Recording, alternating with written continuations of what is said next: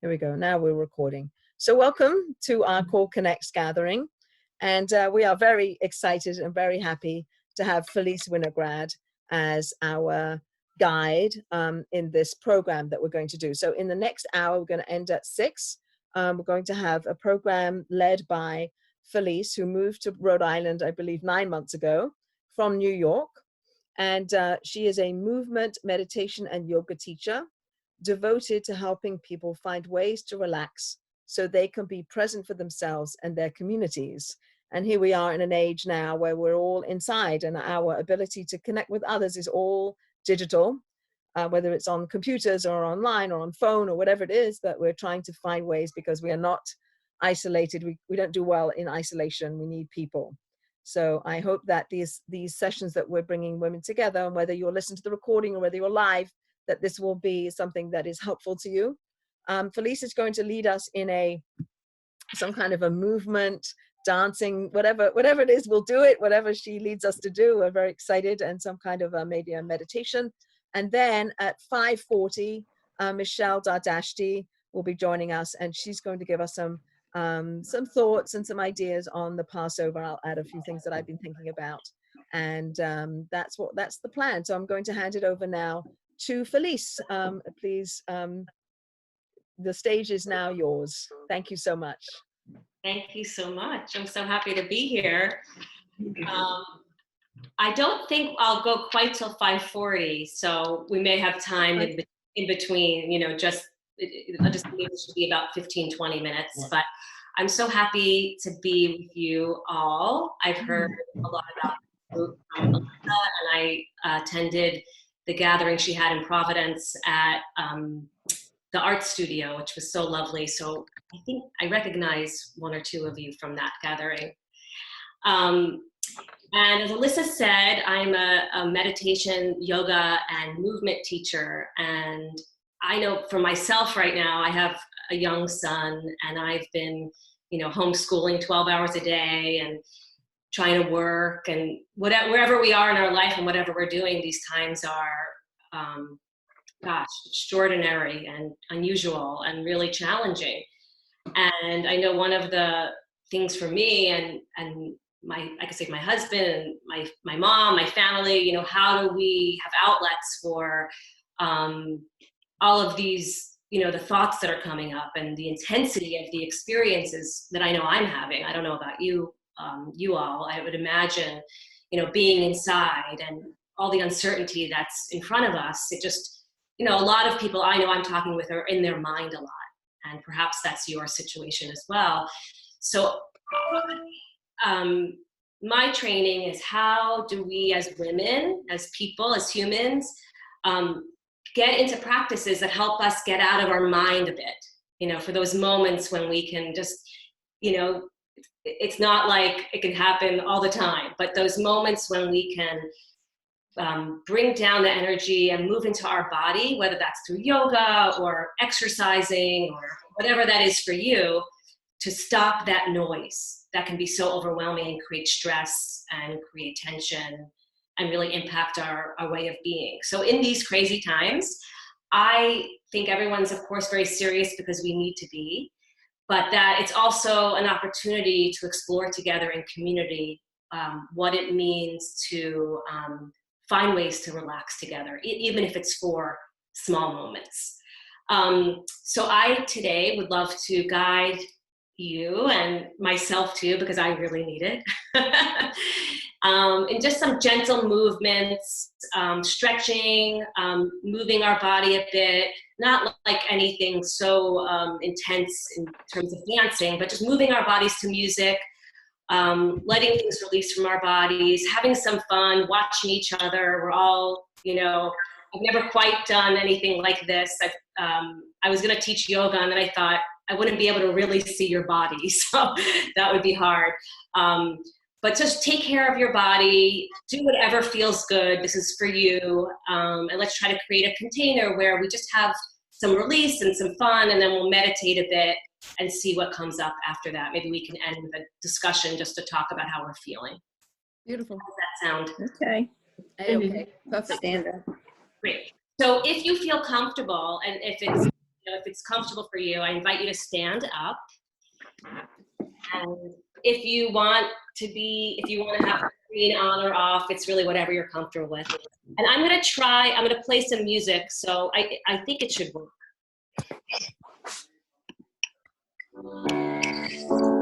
If you can hear the music, can you give me a thumbs up?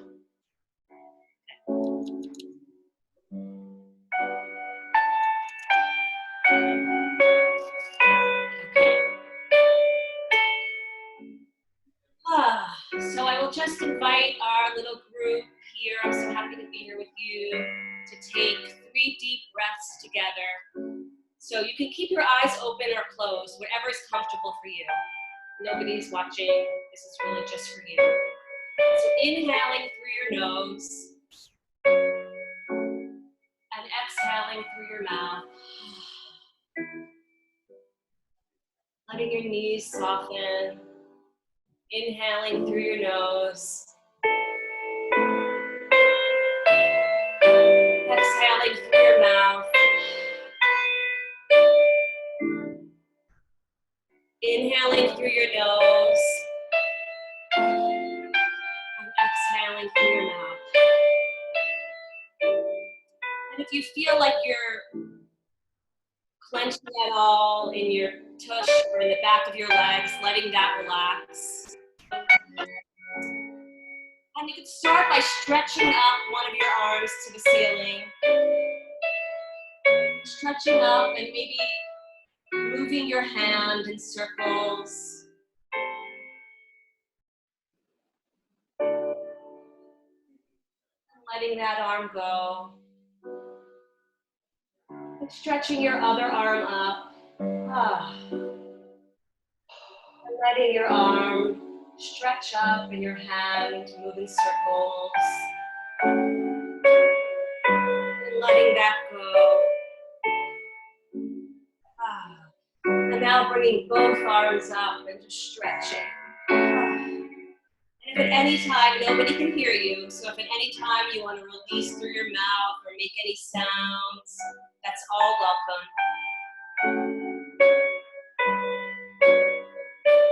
And letting your arms relax. And now starting to let your head and neck rotate to one side. Gently, very gently. And you can open your mouth a little bit so you can release tension in your jaw while you're doing this. Just gentle circles of your head. And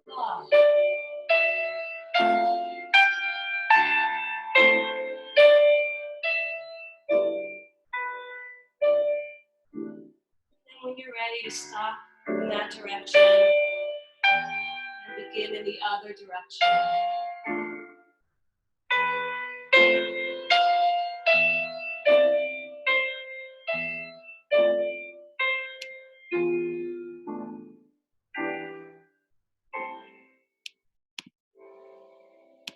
And letting that go. And now circling your shoulders back.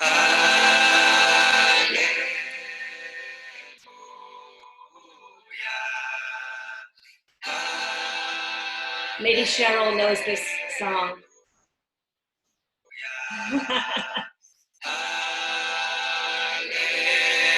Circling your shoulders back, releasing any tension.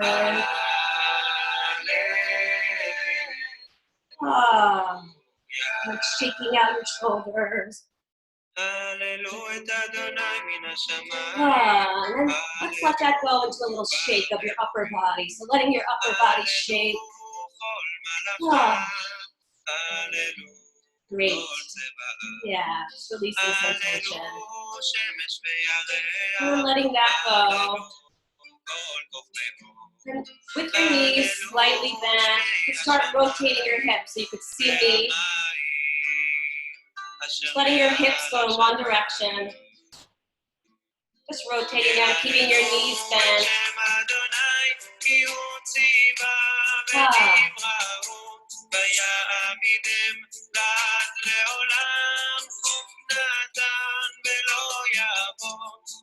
And direction, going in the other side.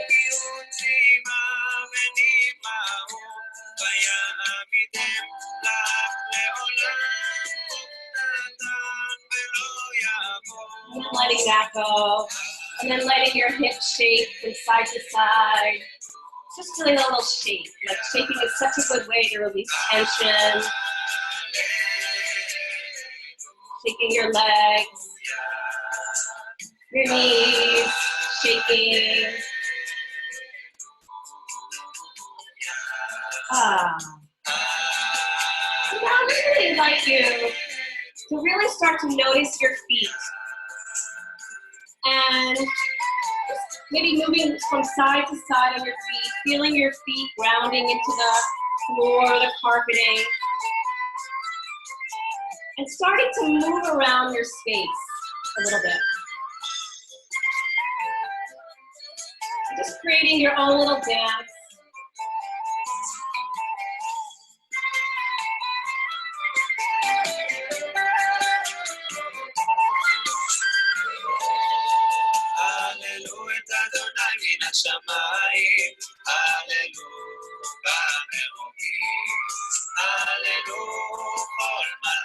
Moving your feet and your knees and your hips. That feels good for you. Stretching out your body.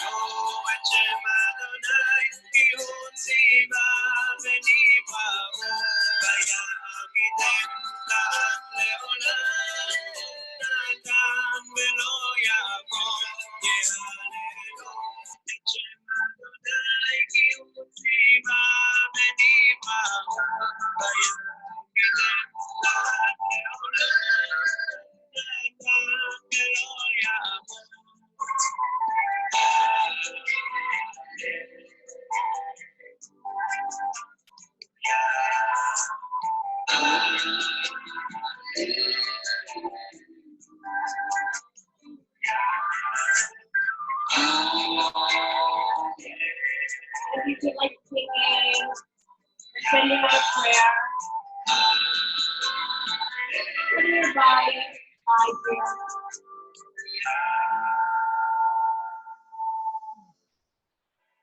You're now coming to stand still. And you could place your hands either over your heart or at your belly. Or maybe one hand on your heart and one hand on your belly. And just notice how you're feeling.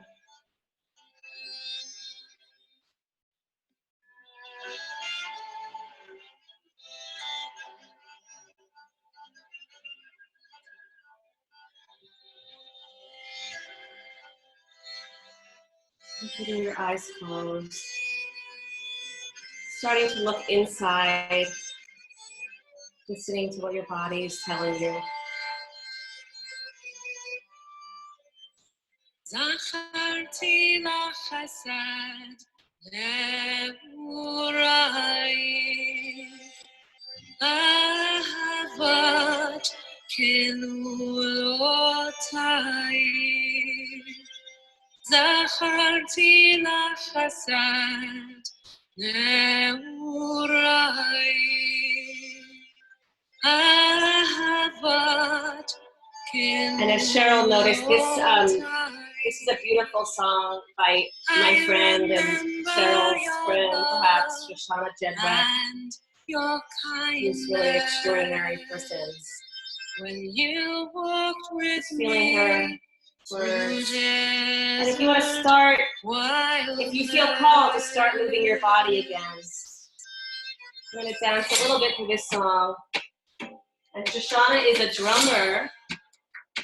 So if you feel inspired to bring that energy of like rhythmic movement into the way you're moving your body. Really, whatever feels good for you. I remember you. I remember, I remember, I remember, I remember, I remember, I remember, I remember you. אחריי, אחריי, במדבר, אחריי, בארץ לא זרועה. אחריי, אחריי, במדבר, אחריי, בארץ לא זרועה. How will you walk with me, walk with me, walk with me? How will you walk with me when you were young and free? How will you walk with me, walk with me, walk with me? How will you walk with me through the sand and sea? And now, if you can come closer and if you can be in speaker view and see everybody, can everybody see each other? So just like noticing the other women on the screen and maybe like smile at someone, wave, hi. That like movement and dance can be this, of course, we all know in those experiences in our life, it can be this beautiful way to connect through our hearts. So just noticing these other beautiful women. Walk with me when you were young and free. How you walk with me, walk with me, walk with me. How you walk with me through the sand and sea. And the music's gonna get a little bit more rhythmic. If you feel like taking the energy a little bit higher, or if you just want to stay where you are and listen and let the waves come over you. I remember, I remember, I remember, I remember, I remember you. I remember, I remember, I remember, I remember, I remember, I remember, I remember you. And maybe there's someone doing a movement that you really like, and I'd love to listen to. If we can all do that.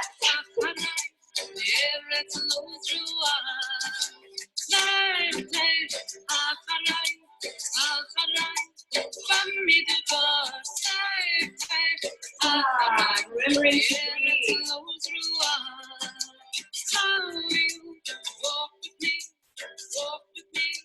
Walk with me.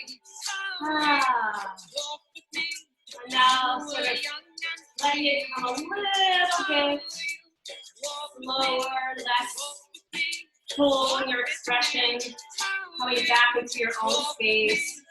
Through the sand and sea. Wow.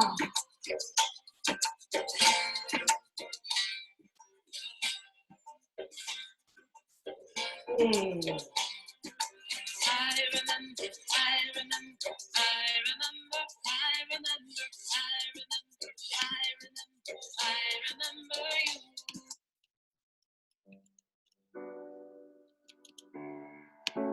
Just letting it come down again. Ah. And lifting your arms up.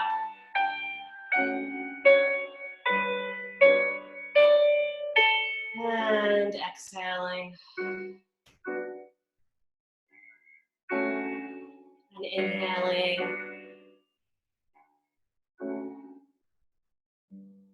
And exhaling. Inhaling. And exhaling. Ah.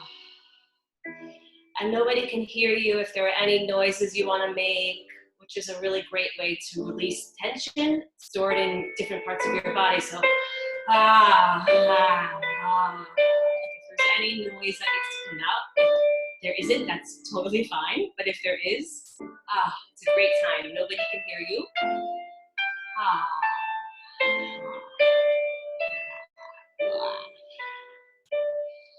Ah. Just some more of that shaking. Ah.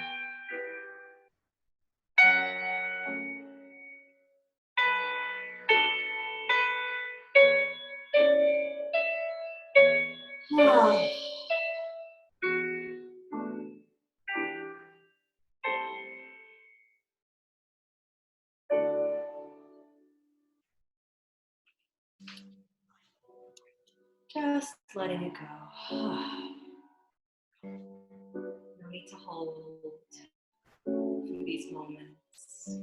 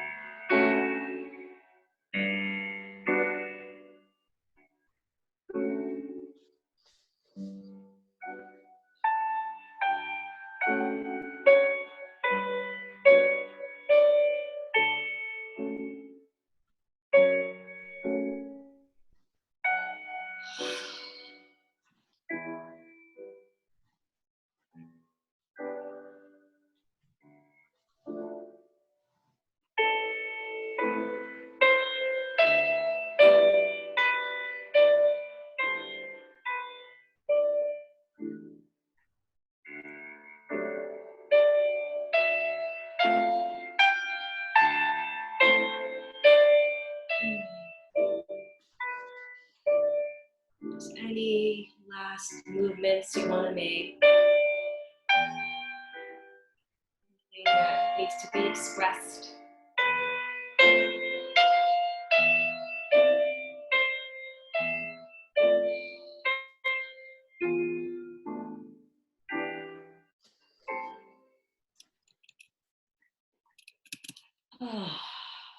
And standing with your spine long, your knees gently loose, not gripping, just letting your body be like, just so loose. And we'll take a deep breath together, inhaling and exhaling through your mouth.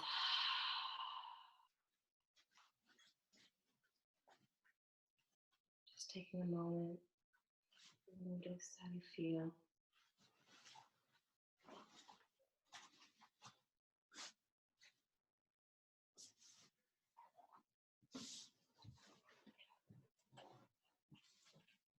And if your eyes are closed, you can open your eyes. And if you have a chair, or you want to sit on the floor, you can come to seated. After we've just opened our body a little bit, I'd love us to do a meditation for grounding. There's so much like up here in our mind, and there's so much talking and there's just so much up here. So that's the only way I feel it now. So it's a really great time to just ground. Like probably if this was, our ancestral times or biblical times, we would be outside in the earth now.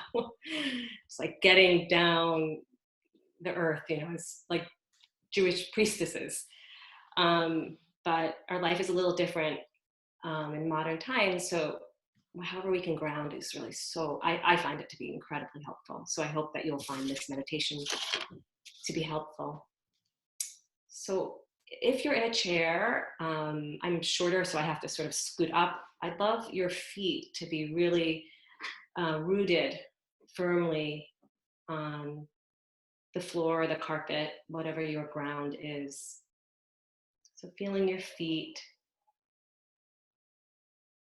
grounding, touching the floor. And really experiencing that connection to the ground.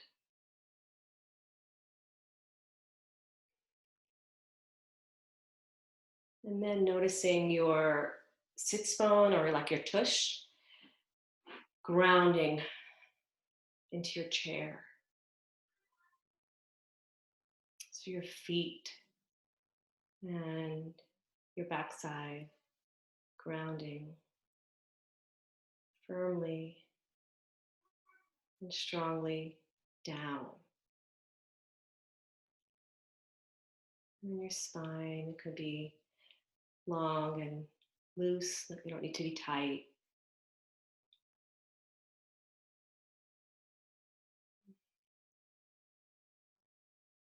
And let's do some inhalations and exhalations together. Inhaling through our nose and exhaling any excess tension that you feel. Just letting it go, letting it down, down, down. Let's do that again. Inhaling and exhaling. And one more time. Inhaling and allowing yourself to really, in the exhale, release any last tension you have. So inhaling and exhaling.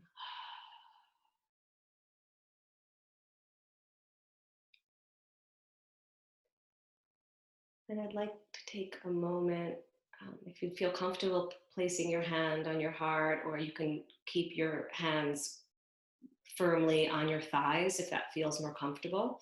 Actually, that's a little more comfortable for me. Just continues that grounding down movement. And if we could together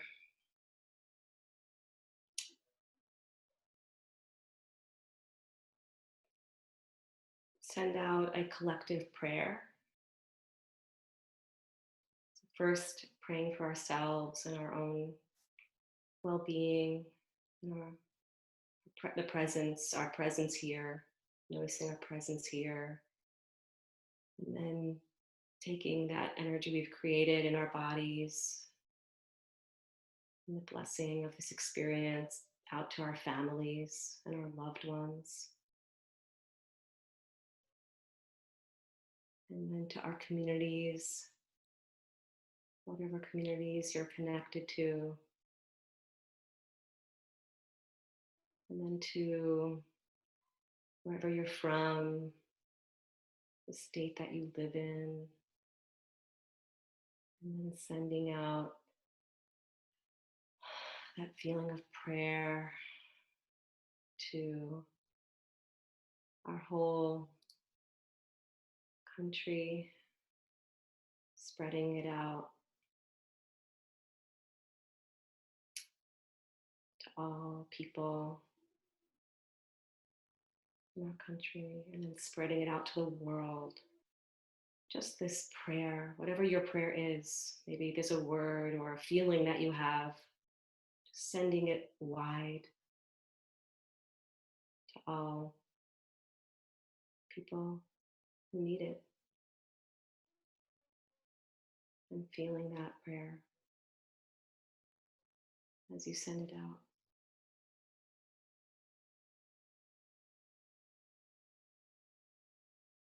And then as we close, tuning into your own gratitude, feeling what are you grateful for in this moment, in these wild times. It fills your heart. Taking a moment to feel that, whatever it is.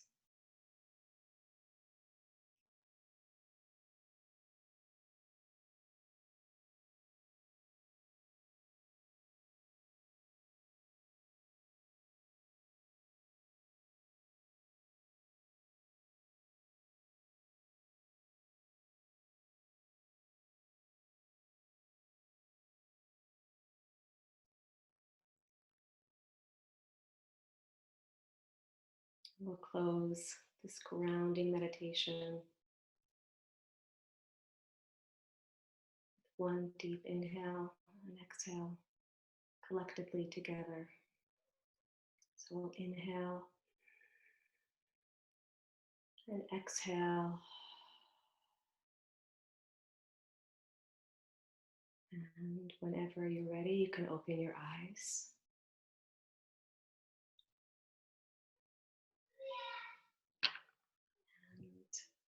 And if Alyssa, you'd like to unmute us. I am working on that.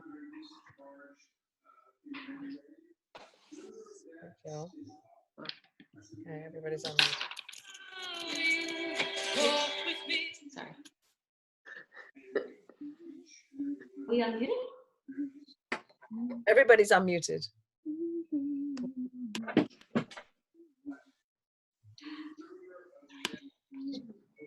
Everybody's very relaxed. Yeah. Yes. I'm so sorry. It was just, I was unmuted. I was muted. Now you're unmuted. Thank you so much. Thank you so much. Sure. How was Thank you. everybody? Beautiful. That was lovely. That was wonderful. Yeah. I'd love to hear from each person. Like, usually I forgot to check in how you were feeling before. Is there like one word that captures how you're feeling in your body right now? Cheryl, do you want to go first? I was going to say watery, which is sort of strange, but it's very kind of flowing energy. I'm going around my screen. Michelle, Bonnie? Relaxed. I was amazed how I could get into, I like the music you selected. It was lovely. It was very spiritual. Thank you. Cheryl? Shiny. Hillary? Just release of tension. Joanna? Very grounded and very connected. Somebody has some background noise, if it's possible to maybe close that off. Okay, Maxine. Okay, I felt very good and very relaxed. It was so peaceful. And the word that came up for me was flavorful, which is so curious because it's like, it's an interesting, I don't know, I'm thinking a lot about the fact that people with COVID can't taste and can't smell. And I don't know, that was the word that was going around and around us with the dancing and the flow and the shiny and the meditating and the taste. It was a taste of something. All the senses of life. Yeah. Yeah.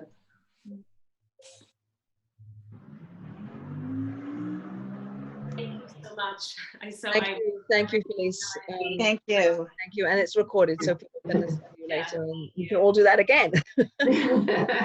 Cute. And so I see Michelle joined the chat, and so Rabbi Michelle Dardashti. Actually, I don't have a bio on you, other than I know that She doesn't need a bio. She's singular. She is our beloved Rabbi Michelle Dardashti, singer, teacher, leader, community activist extraordinaire. So Friend. Friend, for sure. And the mother of some of my favorite children. Well, I feel the same way about Alyssa. Almost all of those things I think apply to you as well, and so many of you on this call. It's a joy and a real pleasure that Alyssa asked me to pop on today. This is my third call in a row this afternoon. The first After jogging. I didn't manage to work out yet today, but no, after like being a mom. But the first call was for a Live Well Hillel, and I talked there. The student who started this group, Live Well Hillel, asked me to lead a meditation related to the season. And so I came in with a little bit of what maybe you guys just did here. And then I just led an 1.5-hour session that Joanna was on. So funny. She had told me she had to pop off early for another call. I didn't even put it together. It just ended at 5:30. And it was really about Pesach. So I'm overjoyed to share a little bit of my Pesach, my Passover Torah with all of you. And most of you I know at least a little bit, and those of you who I don't, I hope I'll have the honor to get to know you. So as you're thinking about the Seder this year, since I don't know you and I haven't been on this call, just very briefly, I want to invite, I'm going to call on each person on the screen, and I'd like you to tell me, just as you're thinking and like you're coming from this place that you're in, which is COVID connected in some way, how are you thinking? What's one word that comes to mind when you think specifically about Seder this year, about the Passover Seder? Any word, and you don't have to drash it for me. You don't have to explain to me what you mean by it, but some word that comes to mind, and I'll call on you, this is a good, yeah, because when you're using Zoom, you don't know how you appear on people's screens, but I'll just sort of tell you. Let's start with you, Joanna, actually. When you're thinking of Seder, hopefully you're feeling a little more equipped after our session. I am.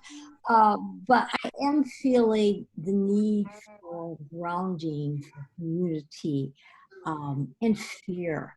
I'm in this narrow space. I'm yearning and hoping and praying for redemption. Mm-hmm. Thank you. Hillary.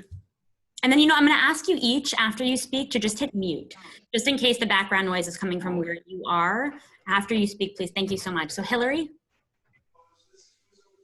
So I've never done a Seder before. I've always gone to my family. So I'm feeling not prepared. Mm-hmm. And I want it to be meaningful because I do have my family here. So I'm in a way, I'm excited about that and I'm happy about that, but it's like, I'm not familiar with how to start. So I want to say to you, Hillary, you can feel free to email me at rabbi@brown.edu, and I'm happy to send you the resources. The call that I just led was for people who are trying to figure out how they're going to be at Seder or lead Seder this year, and many of them are in your situation. So I'm happy to send you a resource that I made for that. Thank you. Sure. So if you can mute yourself, just so we know, we'll know this way that there's no background sound. Thank you for that. You're going to be great, I promise. You've got this. So, Bonnie.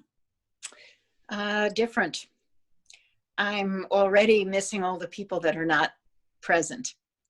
And it's just different. We're going to try 2 virtual Seders. We'll see how it goes. And there's been a lot of discussion back and forth, but it is really different. Even scrounging around for the food that I ordinarily make, and I don't really want to be in the supermarkets. So there's a lot of stuff. It's very emotional. I feel ya, Shamati. Jill. I would say being feeling at ease and grounded in a state of suspension.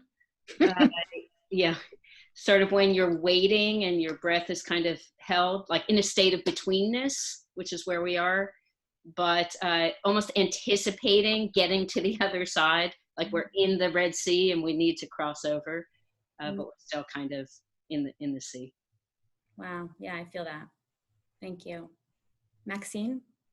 Okay, this year there'll be just the 2 of us, and I really want to make it as happy and yet as meaningful as possible. So I went online and I ordered, and luckily everything that I wanted came through. And so I'm just hoping that, again, it's just the 2 of us, and I really want to make it a happy, meaningful, delightful time.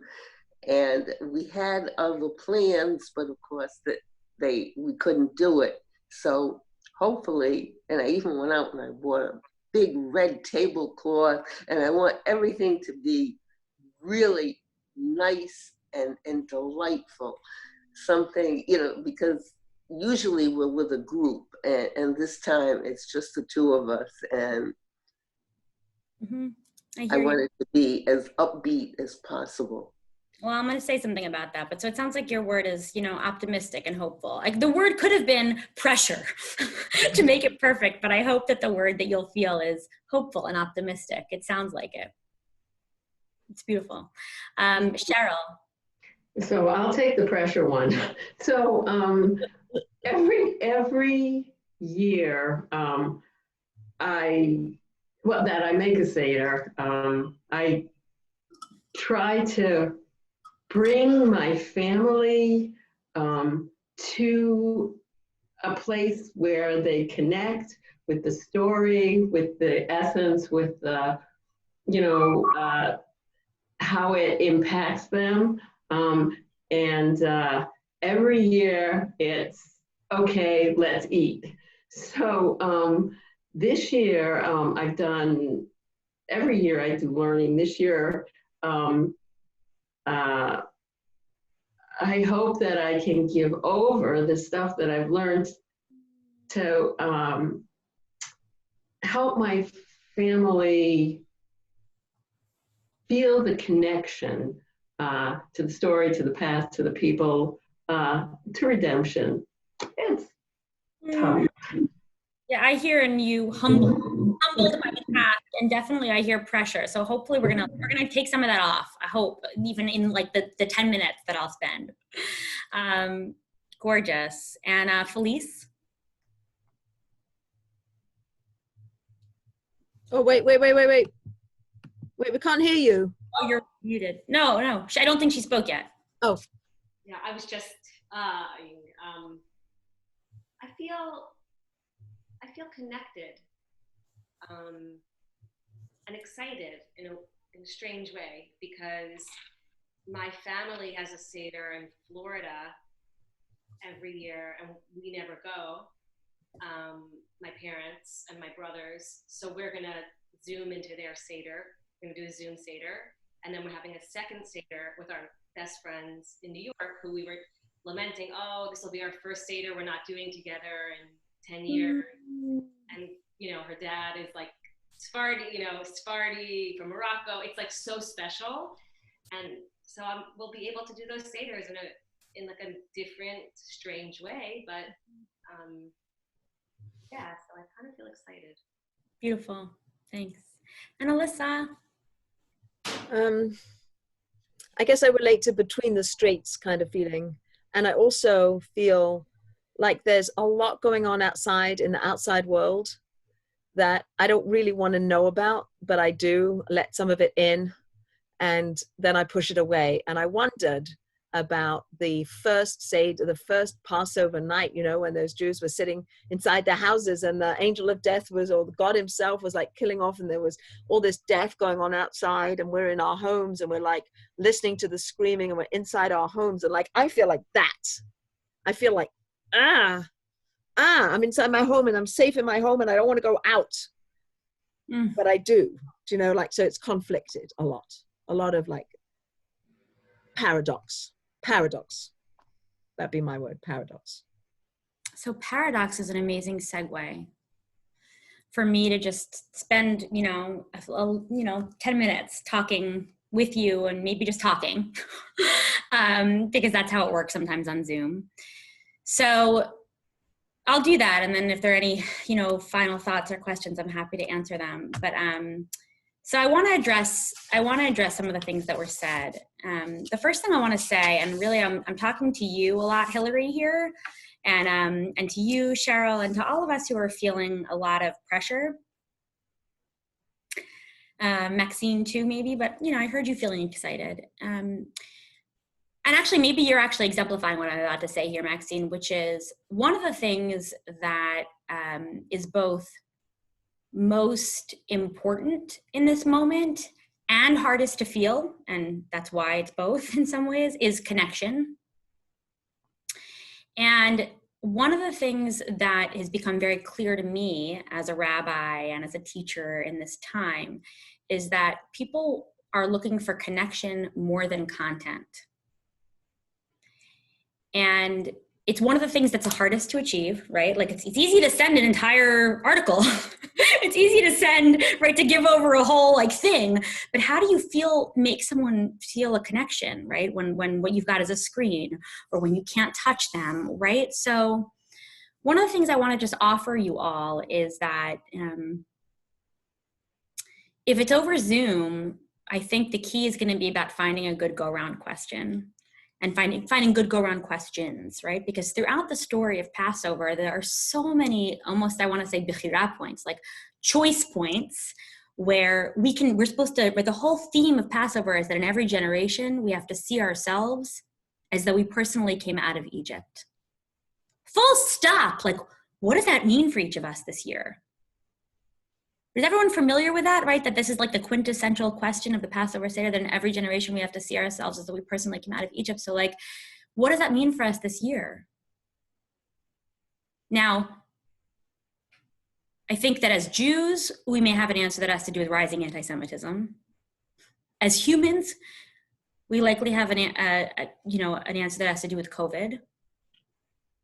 And as someone who maybe just went through a divorce or who just ended a relationship or survived, is like had gone through a round of chemo and is doing, right, there's going to be things that are really deep. And the thing about this Zoom Seder, or the thing about your Sedarim this year, is that they're likely to be smaller, right? Like Maxine said, it's going to be smaller. There's some silver lining in that because they can be much more intimate. So I want to say that just know that this connection that you're going to be able to get through Pesach being smaller this year is powerful. The connection that's going to be challenging through Zoom is the fact that it's technical. But if you can tailor go-around questions, honestly, Hillary, and I can give you some other stuff, right?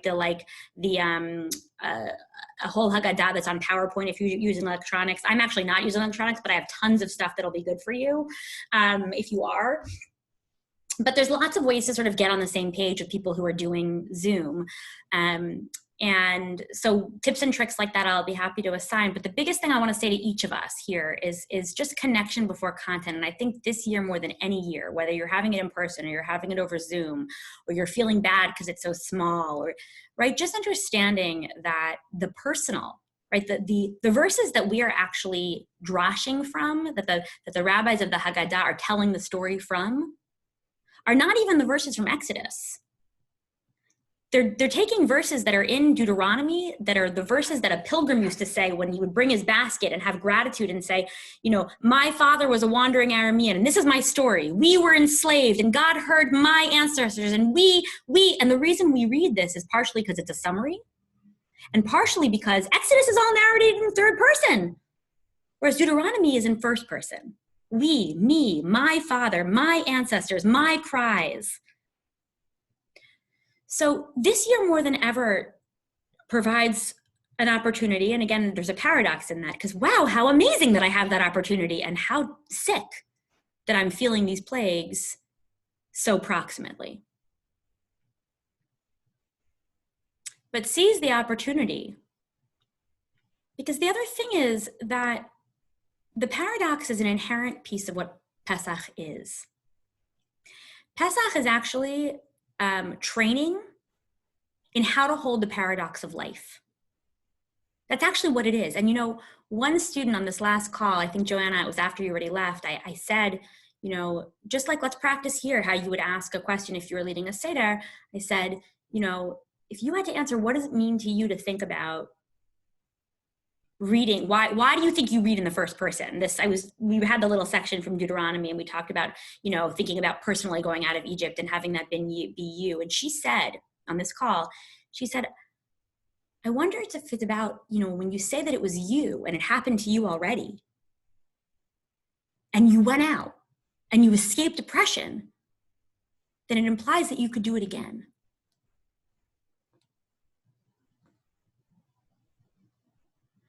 The Seder and this idea that we are in every generation, thinking as though we personally came out of Egypt and reading the story as though it happened to us, it implies such resilience. It implies that we have in our physical and spiritual DNA the ability to overcome oppression, to survive plague, to be made whole again when we're broken. And you see this actually throughout the Seder, this teaching and this building up and this support through support in holding the paradoxes of life through so many things. So I'm going to name a few of them. So one of them is the name of matzah. What is matzah? We call it, I'm going to because you could do it, call and response, but it's too annoying over Zoom. So I'm just going to talk at you and, So what is matzah? It's both lechem oni, the bread of my affliction, or a poor man's bread. And it's like the bread of my liberation. It's both. What? And so Seder is both, and Seder too is like, it's both a reenactment of our liberation, but then we say at Seder, Hashta Avdei. In Aramaic, that means, now I'm a slave. Next year I'll be free. So the Seder is at once a celebration of freedom and a yearning. Who said yearning? Raise your hand. I think Joanna said it, right? A yearning for freedom. And I heard it in what you said, Alyssa, right? Like, I don't want to be in my house thinking about the people who are dying. I'm yearning to be able to be going out there and like doing what I do so well, which is be a nurse and comfort people and love people with my presence, my physical presence. B'shana Ba'ah, we have to say, right? Like every year, that little ditty, Avadim Hayinu Hayi, right? Not actually in the original Haggadah. That was written in the 60s. I have news for you. Because that one says, we were slaves, now we're free. That's not what's in the Haggadah. The Haggadah really holds the paradox of Hashta Avdei, B'shana Ba'ah, next year I'll be free. Another place we see the holding of the paradox is the matzah's breaking. Or actually there, not only the paradox, you really see the yearning. Right? So we break the matzah, yachatz. We break the middle matzah. We have 3 matzot. And there's lots to say about that. But just briefly in terms of yearning, we break the middle matzah and we take the larger half and we hide it. The larger half represents hope. Hidden. The good stuff, the dessert, right? It becomes the afikoman. It becomes the dessert, the sweet stuff. It's larger than all the oni. It's larger than all the affliction. We have to somehow suspend our disbelief and know that, after the meal, representing B'shana Ba'ah, we will get there. Elijah represents the same thing, right? Everyone understand what I'm saying, right? At the end of the meal, you find the broken piece, you become whole by eating the afikoman at the end. Also at the end, we open the door to Elijah. What does Elijah represent? He represents miracles. He represents the next world. He represents the heralding of the Mashiach, right? A perfected era. When you open the door to Elijah, you're opening your door to the possibility of miracles, the possibility of wholeness, the possibility of all the good that we don't yet know is coming and that can be, and that we know to be true and are in the best moments of humanity and time. And also represents the 5th cup, right? We put that cup there for Elijah. It's the unspoken 5th cup, which represents this unspoken verb. Each of the 4 cups represents a verb. Beheveti, vehitzalti, velakachti, vega'alti is this 5th one. Vega'alti is the 4th, and the 5th is veheveti. I will bring you into the land. We don't get to the land. We don't get to the promised land. We stay b'shana ba'ah b'Yerushalayim every year.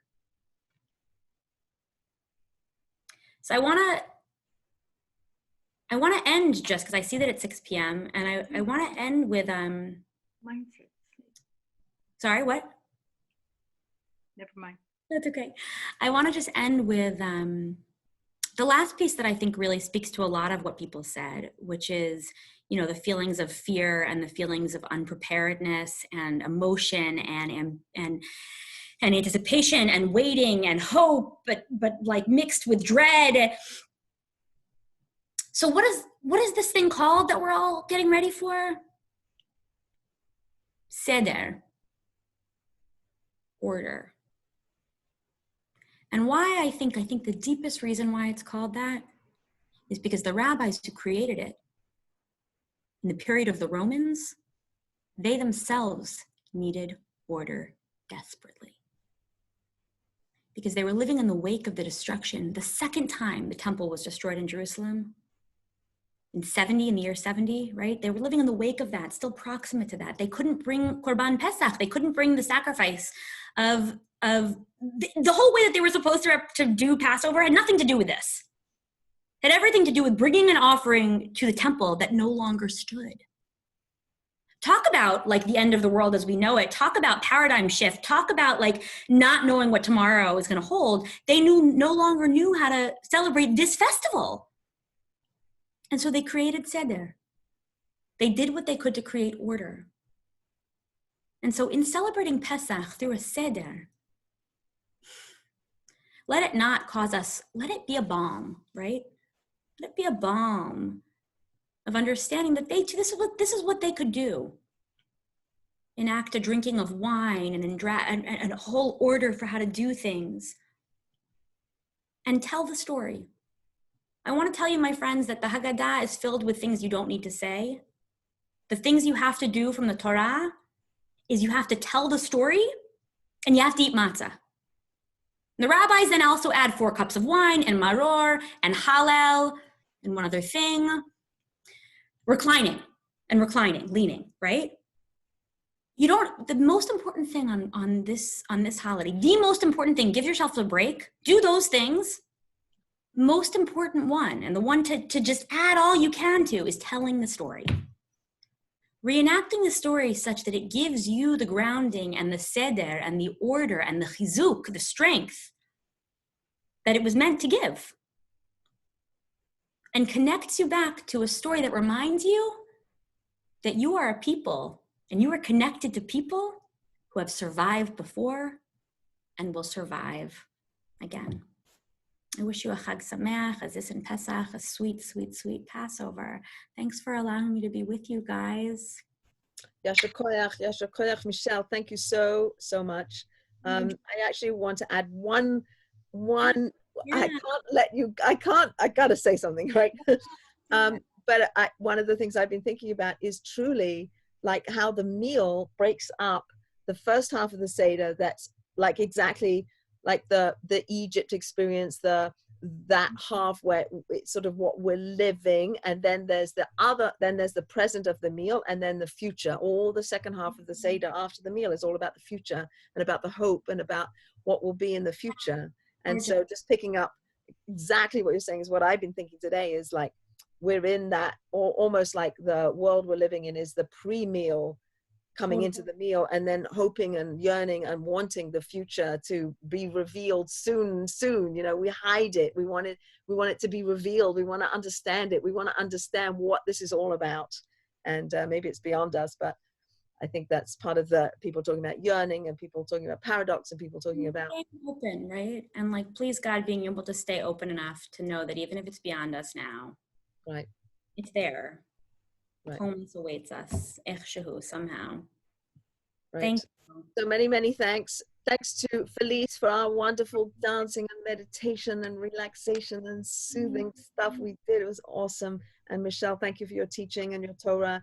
And everybody should have a wonderful, wonderful, meaningful, and whatever Pesach you have, it should be good for you. And we'll look forward to seeing everybody on the other side of Passover. Stay tuned. For the other side of the sea, people, on the other side of the sea. Thank you. Thank you. Thank you.